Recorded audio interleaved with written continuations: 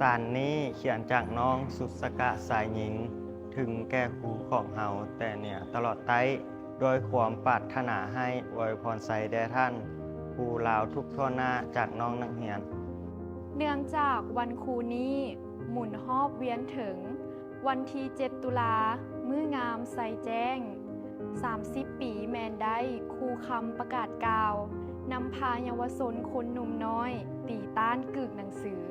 บ่ลืมคุณครูนี้ ยิ่งใหญ่มหาศาลบ่มีหยังเปรียบปาน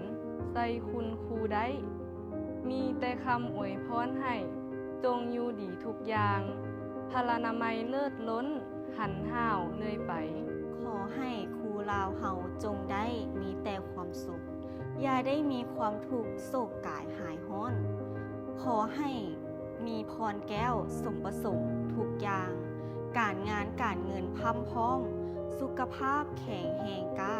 แด่ครูเจ้าด้วยเถิด พอหือครูอาจารย์หมดจุกุจุกุนมีกะความสุขกายสบายใจ สุขภาพแข็งแรงปราศจากโรคภัยไข้เจ็บเน้อ โทปุนฟินแซงเหยียดจุ้ง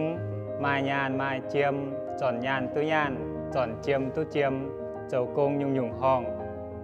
ขออันคูประสบผลสำเร็จในหน้าที่การงาน จูเดโมกับคอนเบือนเด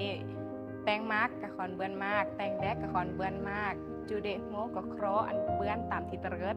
พวกเขาต่างหน้าให้แก่นักศึกษาสถาบันเทคโนโลยีสุสกะ ขออวยพรไซมายังทุกๆทานและครูอาจารย์ทุกทั่วหน้า จงมีสุขภาพที่แข็งแรง มีพละอนามัยที่สมบูรณ์ และประสบผลสำเร็จในทุกหน้าที่เวียกงานทุกประการ น้ำใจวันครูแห่งชาติ7 ตุลามั่นยืน